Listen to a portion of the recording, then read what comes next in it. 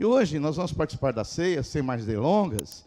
Eu quero falar sobre a comunidade dos perdoados. Em Mateus capítulo 26, verso 26, aqui Jesus participa da última Páscoa, que se torna a primeira ceia. E a Bíblia diz assim: enquanto eles comiam, Jesus tomou o pão, deu graças, partiu e deu aos seus discípulos, dizendo: tomem e comem, isto é o meu corpo. Em seguida, tomou o cálice, deu graças e ofereceu aos seus discípulos, dizendo: bebam dele todos vocês. Isto é o meu sangue da aliança, que é derramado em favor de muitos. Para quê, irmãos? Alô, tem alguém ainda aí? Para perdão dos pecados. Jesus disse que quando nós participamos da ceia, Jesus disse: isso é meu sangue, o sangue da aliança, que é derramado em favor de muitos, não de todos, porque infelizmente nem todos são salvos. Para quê, irmãos? Perdão dos pecados. E eu digo que, de agora em diante, não beberei deste fruto da videira, até aquele dia em que beberei o vinho novo com vocês no reino de meu Pai. Diga glória a Deus. Hoje, nesse dia tão especial da ceia do Senhor, nós vamos falar da comunidade dos perdoados. Esse texto que nós acabamos de ler agora, Jesus, ele na última Páscoa, ele celebra a ceia. Nós cristãos, nós não celebramos a Páscoa, nós celebramos a ceia. E hoje é um dia de celebrarmos esse memorial, até que ele venha. Então, Jesus ali, ele participa desse momento glorioso. E Jesus, além de dizer que a ceia é um memorial, a ceia é um memorial. Paulo, o apóstolo, deixa claro isso. Ele diz assim, que fazer sempre isto em memória de mim. Então agora, daqui a pouquinho, nós vamos fazer parte desse memorial, relembrando a morte do Senhor até que Ele venha. Mas a ceia, ela vai além do memorial. A ceia também, Jesus aqui, ao meu modo de ver, Ele estabelece o que é igreja. A ceia, além de ser um memorial, Jesus está dizendo aqui o que é igreja. Lá em Mateus capítulo 26, verso 28, Jesus diz assim: isto é o meu sangue da aliança, que é derramado em favor de muitos, para quê, irmãos? Para perdão de pecados. Então, a ceia, além de ser um memorial, a ceia, Jesus fala que a igreja, a comunidade de Jesus, a igreja de Jesus, ela também é a comunidade dos perdoados. Jesus diz que quando nós participamos da ceia, nós estamos celebrando que os nossos pecados foram perdoados. Se você entendesse o que eu estou falando, você não ficaria com essa cara aí. Você teria um pouco mais de entusiasmo. Eu estou falando para você que a ceia, nós estamos celebrando o perdão dos nossos pecados. Porque às vezes a gente precisa repetir que vocês não estão entendendo, porque perdão dos pecados é algo muito importante. E nós somos a comunidade daqueles que foram perdoados. Então nós vamos participar desse cálice daqui a pouco. Por quê? Porque nós somos dignos, porque nós merecemos, porque alguma coisa coisa boa em nós? Não. Porque os nossos pecados foram perdoados. E eu quero rapidamente falar sobre três implicações da comunidade dos perdoados. Três implicações que Jesus define o que é igreja e o que é a comunidade dos perdoados. A primeira implicação da comunidade dos perdoados é que a comunidade dos perdoados é a comunidade dos desendividados. Eu sei que você não está acostumado a ouvir essa palavra, desendividados, não é? Mas a comunidade dos perdoados é a comunidade daqueles que não têm mais dívida diante de Deus. É aqueles que estão quites diante de Deus. Então, a comunidade dos desendividados é porque, não sei se você sabe, a Bíblia diz que todos nós nascemos na iniquidade. Toda criança, toda bebê que nasce, já nasce na iniquidade, no pecado. E a Bíblia diz, no Novo Testamento, há essa visão, que todo pecado é uma dívida. Todo pecado é uma dívida. E à medida que você vai pecando, você vai acumulando dívidas. Então é como se tivesse uma caderneta, e cada pecado vai anotando uma dívida. Faz sentido para você quando Jesus diz assim: perdoa as nossas dívidas, assim como nós perdoamos os nossos devedores. Então, na oração do Pai Nosso, Jesus disse que a gente deve orar ao Pai dizendo: Pai, perdoa as nossas dívidas. Então, quando Jesus nos ensina isso, Ele está querendo dizer que antes da sua morte na cruz do Calvário, nós tínhamos o quê? Dívidas. Dívidas. Então, o perdão dos pecados, a comunidade dos perdoados, a primeira implicação significa que Jesus, na cruz do Calvário, Ele perdoou as nossas dívidas. Dívidas. Eu não sei você, mas tem gente que acha que não tem dívida. Tem gente que acha que nem peca. Tem gente que diz assim: eu não fumo, eu não bebo, eu não adultero, eu não minto. Tem gente que acha que não tem dívida. Mas eu vou dizer uma coisa para você: quanto mais de Deus você se aproxima, quanto mais da luz de Deus você se aproxima, mais pecador você se acha, mais endividado você se acha. Quanto mais você se aproxima da luz, mais pecador você se acha. Isso faz sentido, porque uma pessoa, quando ela está longe de Deus, você quer saber quando você está longe de Deus? Quando você acha que não tem pecado. Quando você acha que você não tem dívida, é que você está muito longe de Deus. Paulo, o apóstolo da graça, ele diz assim: Cristo morreu pelos pecadores, dos quais eu sou o principal, o pior. Agora, tem muitos irmãos que se acham assim, muito santos, que não tem pecado. Porque ele entrou naquela listinha do mundo: eu não bebo, eu não mato, eu não fumo, eu não vou em balada. Ele põe só isso como pecado. Obrigado. E aí ele diz assim: não tenho pecado. Mas vamos fazer uma continha aqui da sua vida agora. Vamos fazer uma conta aqui. Você sabe que pecado não é só uma ação. Você pode pecar também com os pensamentos. Talvez você já está pecando agora e pensando mal de mim. Talvez você já está pecando agora. Porque a gente peca com as ações, com o comportamento, com os pensamentos, com os desejos. Às vezes a gente peca até não fazendo nada, por omissão. Tiago diz assim: aquele que sabe fazer o bem e não faz, comete pecado. Às vezes não fazer nada, já está pecando. Às vezes você deitado lá no sofá, já está pecando. Esses dias eu estava fazendo uma continha. Eu tenho mais de 60 anos. E aí, vamos pensar que eu cometo 10 pecados por dia. É muito? É só você andar no trânsito em Mauá que você vai ver que não é. Mas porque eu cometa 10 pecados por dia? Porque, como eu falei, pecado não é só ação. Pecado é desejo, é pensamento. Pecado é muito mais do que isso, não é? Para você saber o que é pecado, eu poderia colocar o que você está pensando aqui no telão agora. Então, para você ver como que eu e você, nós pecamos. Mas estava fazendo umas contas: se eu cometer 10 pecados por dia, no mês daria quantos pecados? Igreja ruim de matemática. 300. 300 no ano, quantos pecados? Vezes 12. 3.600. Eu tenho mais de 60. Agora pega 60 anos, Heribilto. Faz vezes 3.600. Vai dar pecado pra caramba.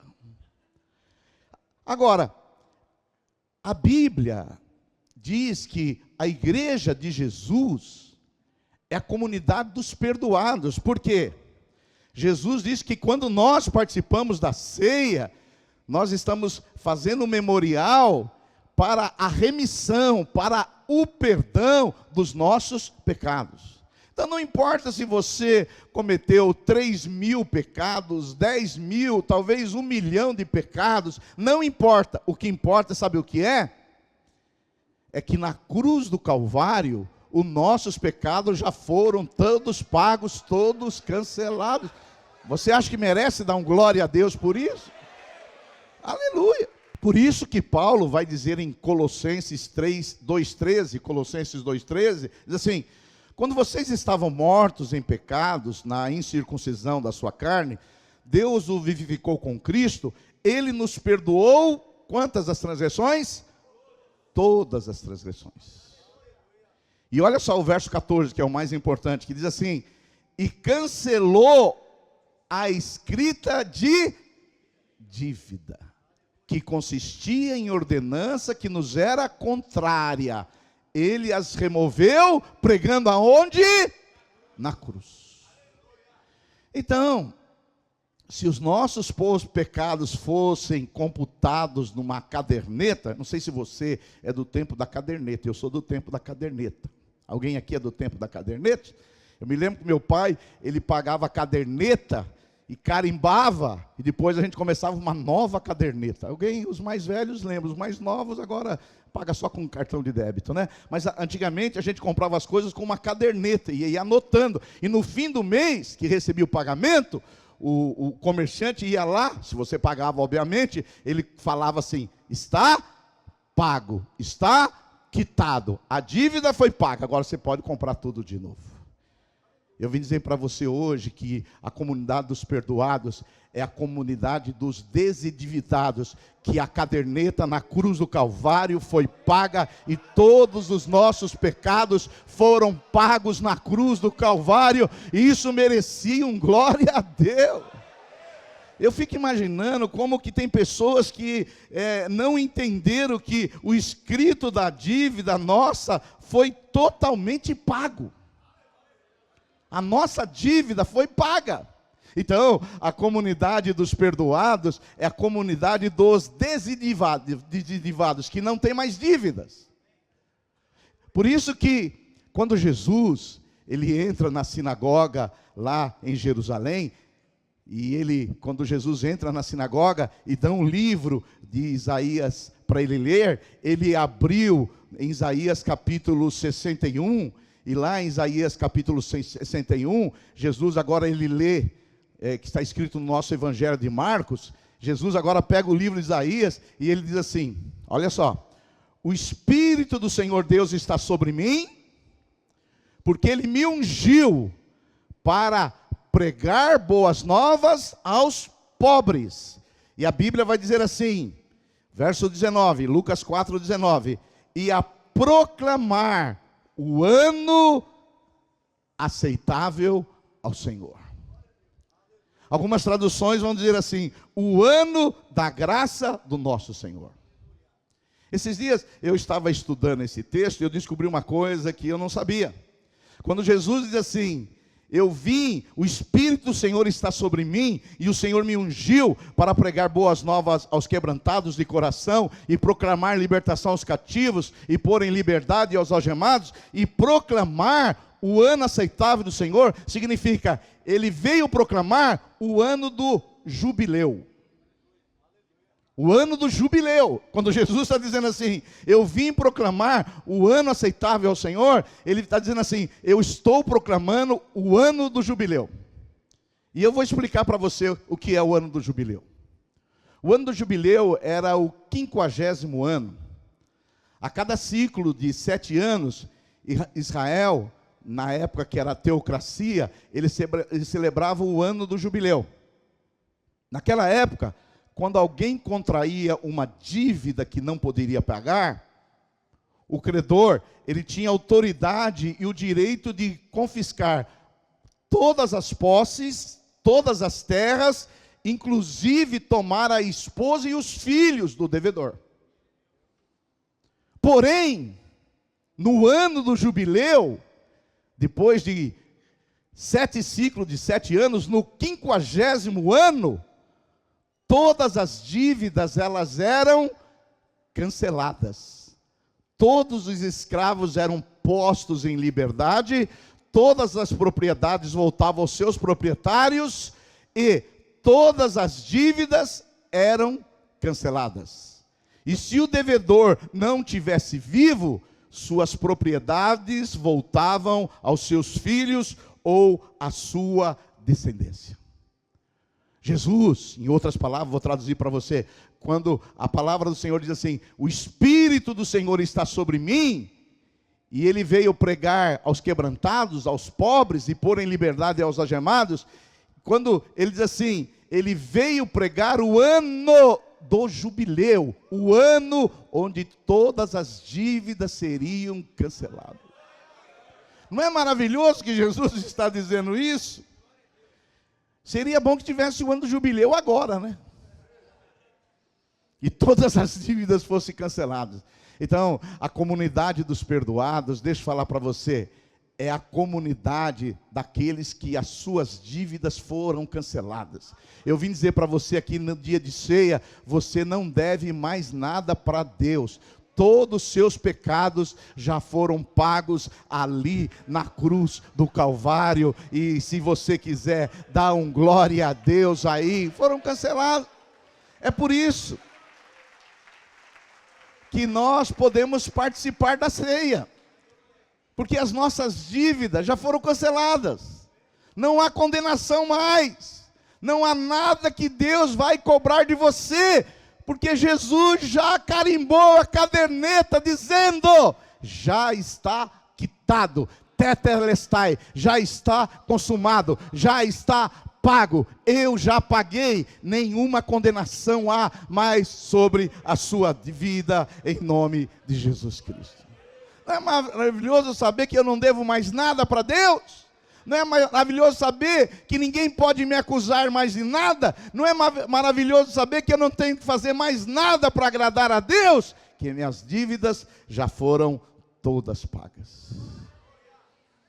O dia que você entender isso, meu irmão, você vai viver sem culpa, sem medo. Ninguém vai abusar de você espiritualmente. Ninguém vai oprimir você. Você vai acabar com as suas penitências pessoais. Você vai acabar com um monte de coisa, porque você vai dizer: já foi pago, já foi cancelado. Jesus veio para cancelar todo escrito de dívida que era contra mim. Ah, pastor, Jesus não me acusa, mas minha mulher me acusa. Aí já é outro problema. É outro departamento.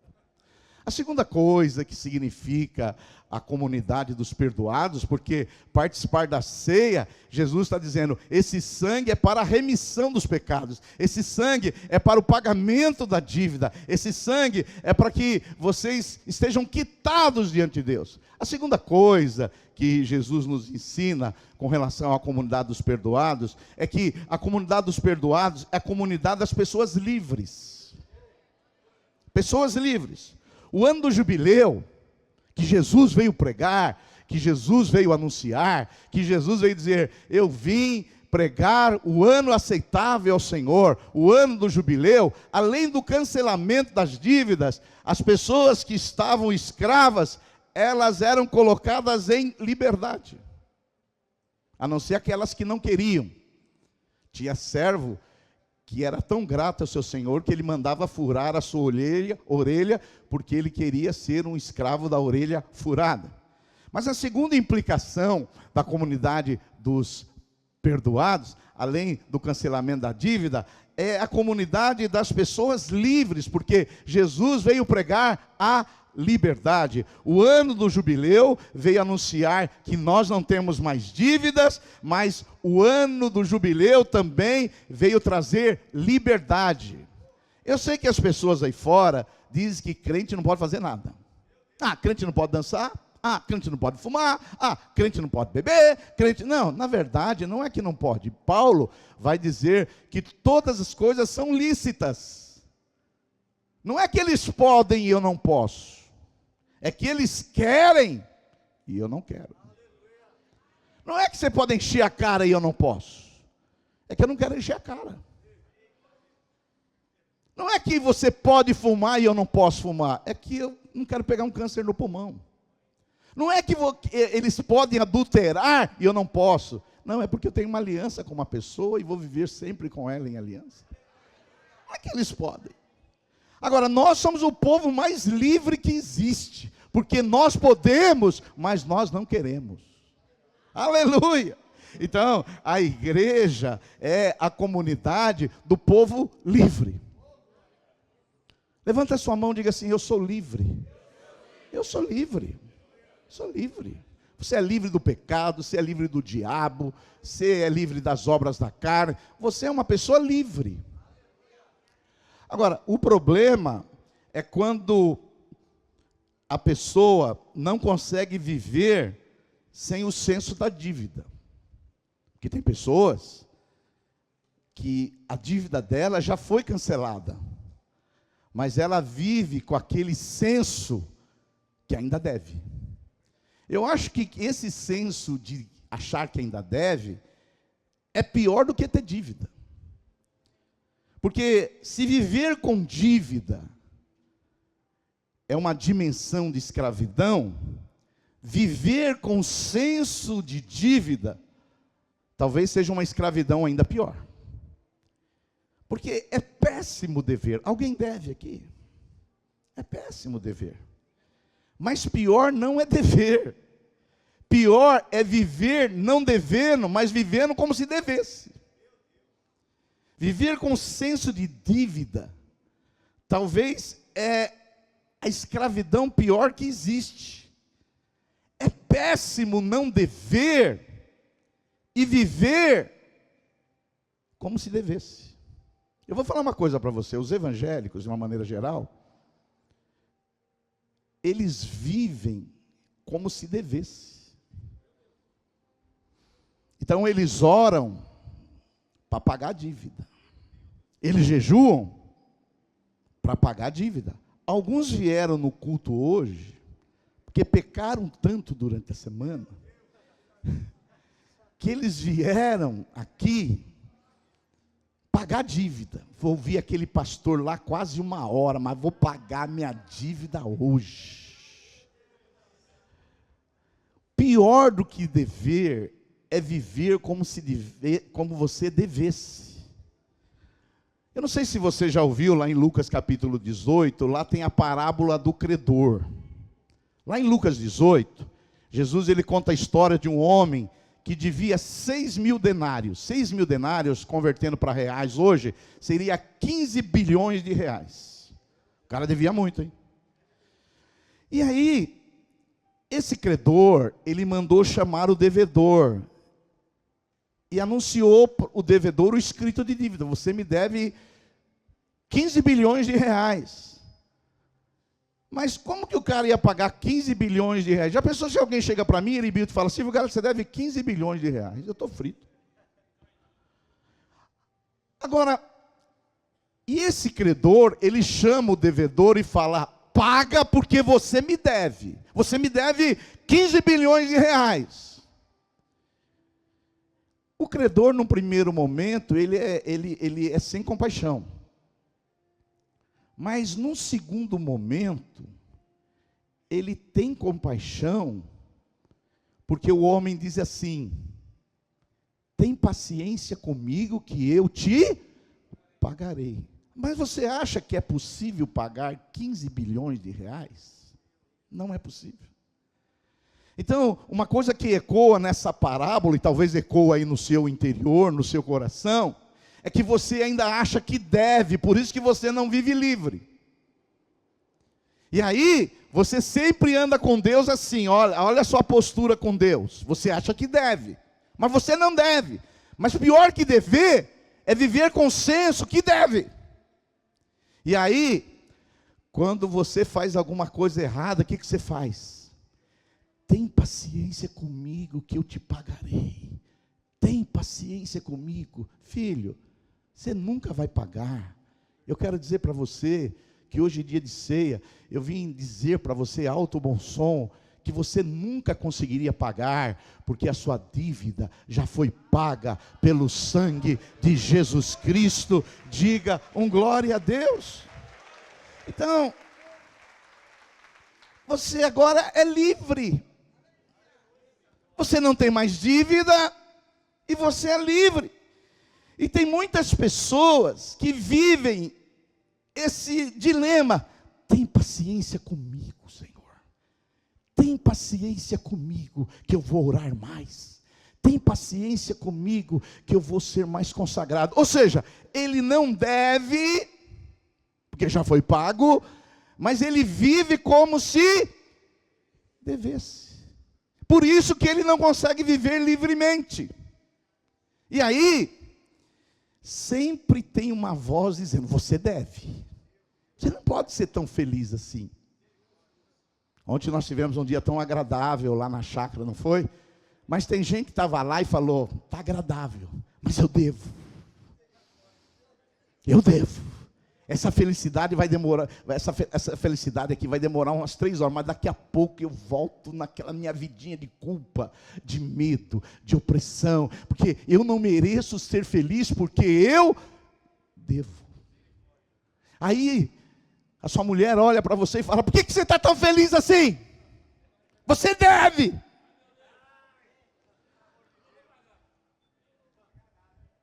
Por que você está tão alegre assim? Você está devendo. E você vive como alguém que deve, mas que não deve. Hoje eu vim dizer para você, venha participar da ceia, mas ao levantar esse cálicezinho de plástico, você diz assim, levanta, como se levantasse o troféu do seu time, que o meu faz tempo que eu não levanto, levantasse o troféu do seu time, e na hora que você levantar o cálice, você vai dizer assim, no mundo espiritual, eu não devo. Eu não devo, eu posso ser feliz, eu posso viver abundantemente, eu posso viver alegremente, eu posso viver, porque eu não devo, eu sou livre. Aleluia! Então, a comunidade dos perdoados, primeiro é a comunidade daqueles desendividados. Segundo, é a comunidade das pessoas livres. Porque tem pessoas que, não sei se acontece com você, comigo acontece algumas vezes, que quando você chega perto dela, parece que você deve. Você conhece gente assim? Você chegou perto da pessoa, tem uma promissória na testa, você está me devendo. Mas eu não estou devendo nada. Mas pior que dever, é ter senso do que você está devendo. Eu mesmo, alguns relacionamentos, eu tive que cortar, porque eu aprendi que eu não devo. E eu não vou viver com um senso de dívida. Por isso, eu quero dizer para você, homem e mulher, que já perdoou o seu cônjuge, joga a promissória fora.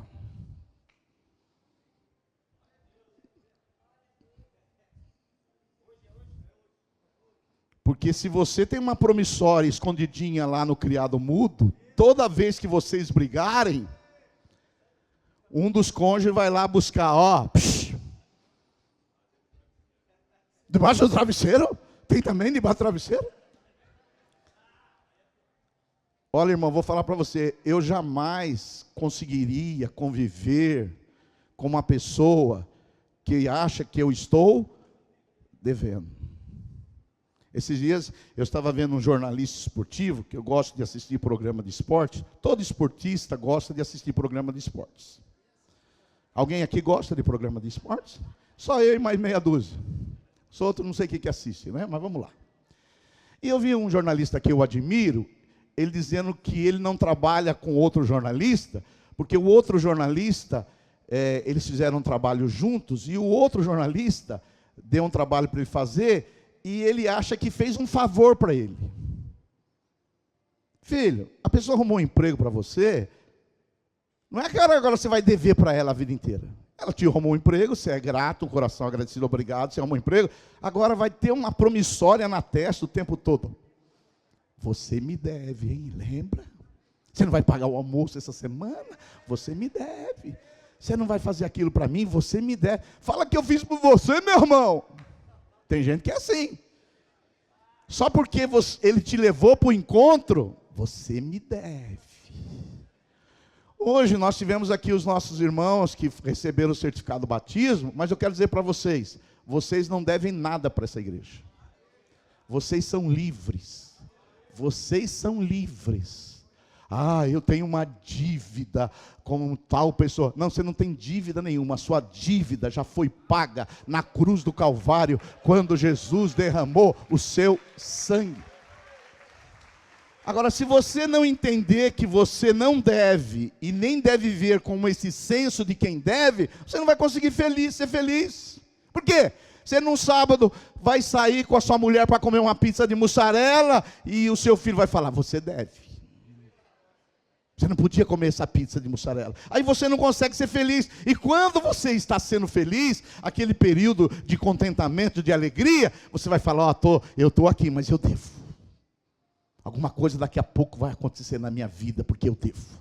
Não vai ficar bom muito tempo assim, porque eu devo. Você vai ser a pessoa mais infeliz dessa terra. E mais, se você é uma pessoa que vive devendo, você ainda é infeliz, e quem estiver à sua volta, você vai fazer a vida dela um inferno, porque você sempre acha que está devendo. E aí as pessoas olham para você e falam assim, ei, por que você está tão feliz assim? Você deve.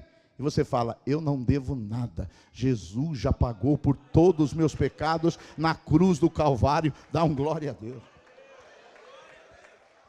Aleluia. Por isso, filho, antes de você casar, você já casou, agora não tem mais jeito. Vê se a pessoa que você vai casar, se ela tem essas promissórias na testa. Porque se ela achar que você deve, sua vida acabou. Você vai viver com esse senso de dívida, eu devo. Você jamais vai ser feliz. Agora, pastor, e se eu já casei? Se você já casou, filho, filha, você vai falar, hoje nós vamos quitar essa dívida. O que eu estou devendo? Vamos rasgar isso aqui. O que eu estou devendo para você aqui? O que eu estou devendo? É hoje que nós vamos resolver essa coisa aqui. Te devo nada não. Você não deve nada para mim e eu não devo nada para você. Aí sim, você vai viver uma vida livre para a glória de Deus. A terceira implicação da comunidade dos perdoados, a comunidade dos perdoados, além das pessoas que têm as suas dívidas canceladas, além das pessoas que foram libertas e hoje são livres para viver para Deus, para se relacionar, para ser feliz, para ter uma vida abundante, a terceira e última implicação é, a comunidade dos perdoados é a comunidade onde todos são iguais. Porque no ano do jubileu, porque as pessoas iam contraindo dívidas e elas ficavam endividadas. Elas ficavam escravizadas. Mas no ano de jubileu, todas as dívidas eram canceladas, as pessoas eram livres e todos tinham o mesmo, porque os irmãos conhecem a história, quando Israel entrou na terra de Canaã, a terra foi dividida de uma maneira igual. Como eles iam perdendo por causa das dívidas, mas no ano do jubileu, as pessoas, elas recebiam as suas famílias de volta, as suas terras, as suas posses de volta. Então, todas as pessoas eram iguais. Então, a terceira implicação de uma comunidade perdoada é que as pessoas são iguais. A vontade de Deus é como vivêssemos como se fôssemos todos iguais. Diga aí para o seu vizinho, você é igual a mim. Você é igual a mim. Por isso que lá em Gálatas 3:28, olha só o que diz Gálatas 3:28. Gálatas 3:28, olha a mentalidade no Novo Testamento. Não há judeu nem grego. Se eu fosse traduzir para o Brasil aqui, não há baiano e nem paulista. O cabeça chata e o cabeça arredondada é tudo igual diante de Deus. Estou traduzindo para hoje, porque hoje nós não vivemos outra época. O baiano, o pernambucano, o paulista, o gaúcho, o paranaense, a Bíblia diz que é todos iguais. Agora, escravo nem livre. Para Deus não há judeu, não há baiano, não há paulista, não há gaúcho. Para Deus não há isso. Para Deus todos são livres. Homem e mulher, pois todos são um em Cristo.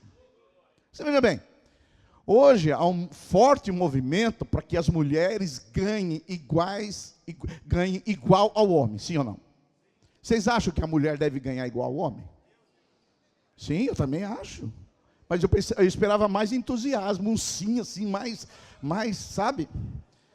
Eu acho que a mulher tem que ganhar igual, se tem a mesma função, tem que ganhar igual. Eu acho que essa é uma luta. Eu sei que nós somos uma igreja aqui, que a maioria aqui é tudo direitista, e acha que essa é uma pauta da esquerda. Mas essa não é uma pauta da esquerda, essa é uma pauta bíblica. Nós não estamos nem com a direita e nem com a esquerda, nós estamos com a Bíblia Sagrada. E a Bíblia diz que não existe mais homem, mais mulher, mais fêmea, mais macho, mais baiano, pernambucano, paulista, gaúcho, nortista, não existe nada. Todos nós somos iguais. Iguais.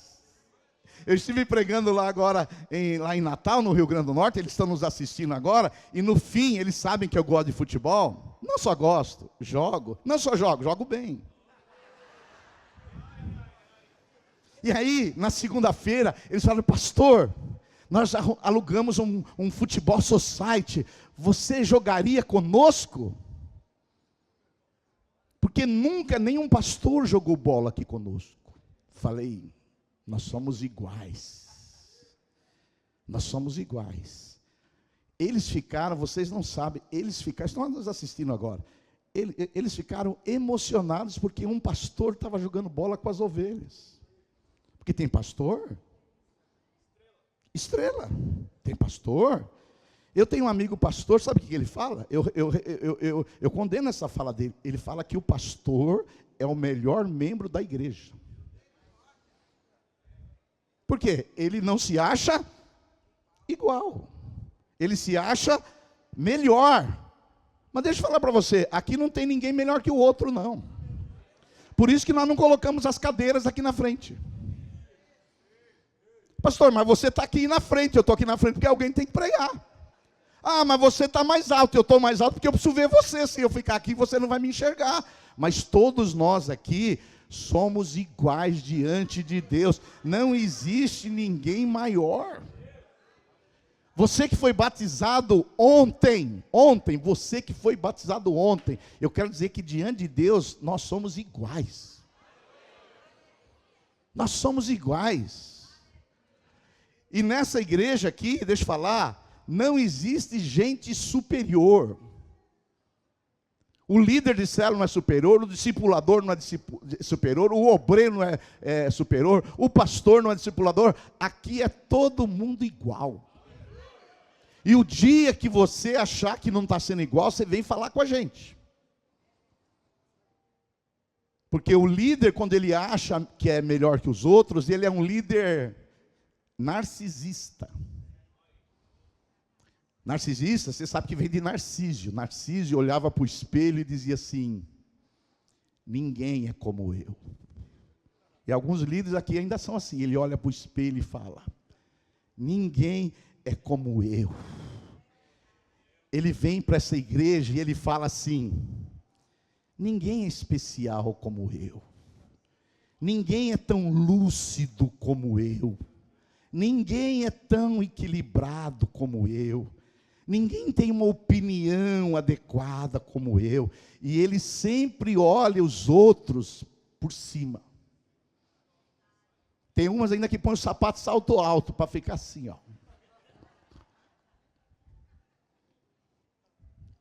Esses dias eu fui fazer uma compra e fui no caixa preferencial, que é um direito, depois dos 60. Só que quando você fizer 60, não se ilude com caixa preferencial. Porque só tem 3 velhinhas, mas elas vão demorar mais do que os 10 do outro lado. Ouça um velho pastor te falando. E quando eu vi aquela fila, carrinhos cheios ainda, e a senhora ela colocava uma coisa ali no caixa, e aí conversava com o caixa, contava a história. Aí ela colocava mais uma outra história.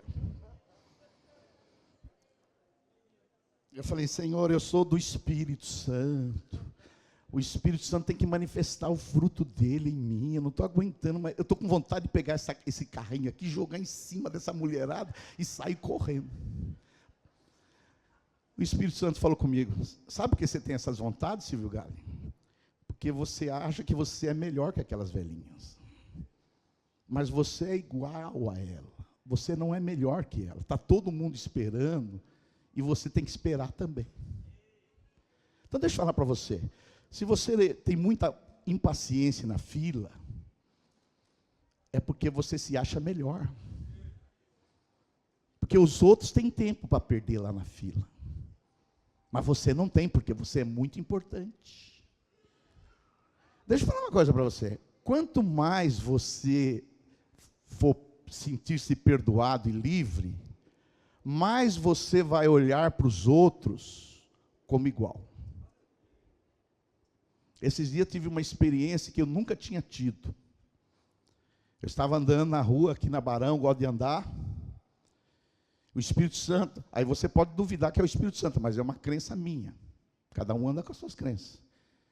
Eu vi uma pessoa, um mendigo caído ali. O Espírito Santo falou, dá uma agachadinha. Agora, olha que loucura. O mendigo aqui, olha aqui.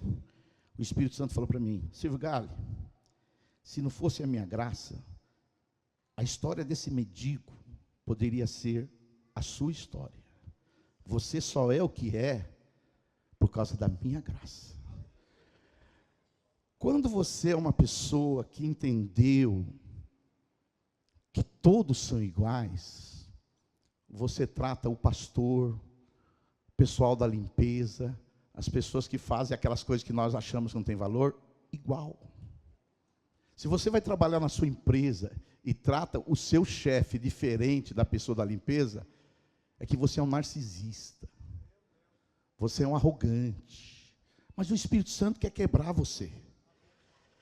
Narcisista são aqueles que não conseguem também, além de olhar para cima, narcisista são aqueles que não conseguem conviver com pessoas que são diferentes. Deixa eu falar para você. Nem todo mundo é igual a você. Tem gente que tem um temperamento diferente do seu. Tem gente que tem uma personalidade diferente da sua. Tem gente que tem habilidades diferentes de você. Tem gente que tem um caráter diferente de seu. Mas não é por causa que você pode ter um caráter melhor, é que você não é igual. E quer saber se você é um narcisista no caráter? É quando você fala muito do caráter dos outros. Eu, quando começo a ouvir pessoas falando do caráter de outro, eu falo, infelizmente, essa pessoa não entendeu o Evangelho. Porque no Evangelho, nós somos imperfeitos. E o narcisista, o superior, ele odeia o defeito dos outros. Mas, normalmente, ele odeia o defeito dos outros que ele mesmo tem. Então, deixa eu falar para você. A comunidade de Jesus não cabe narcisistas. Na comunidade de Jesus não cabe gente que acha que tem a super unção. Eu sou um ungidão de Deus. Eu sou a mulher dos 9 dons. Eu sou isso. Filho, se não for a graça de Deus, você não é nada. E se Deus te deu, é para você servir os outros. Agora, a comunidade de Jesus, se ela não é a comunidade dos narcisistas, é a comunidade dos iguais, também tem aqueles que, infelizmente, se acham inferiores. Eu quero dizer para você, na comunidade de Jesus não tem gente inferior. Você pode ter vindo de onde você veio. A sua história de vida pode ter sido a pior possível. A sua vida no mundo pode ter acabado com você. Mas se você foi lavado pelo sangue de Cristo, sua dívida foi cancelada, você é livre e agora você faz parte da comunidade dos iguais. São todos iguais diante de Jesus Cristo. Dê aí um glória a Deus. E agora nós vamos participar da ceia.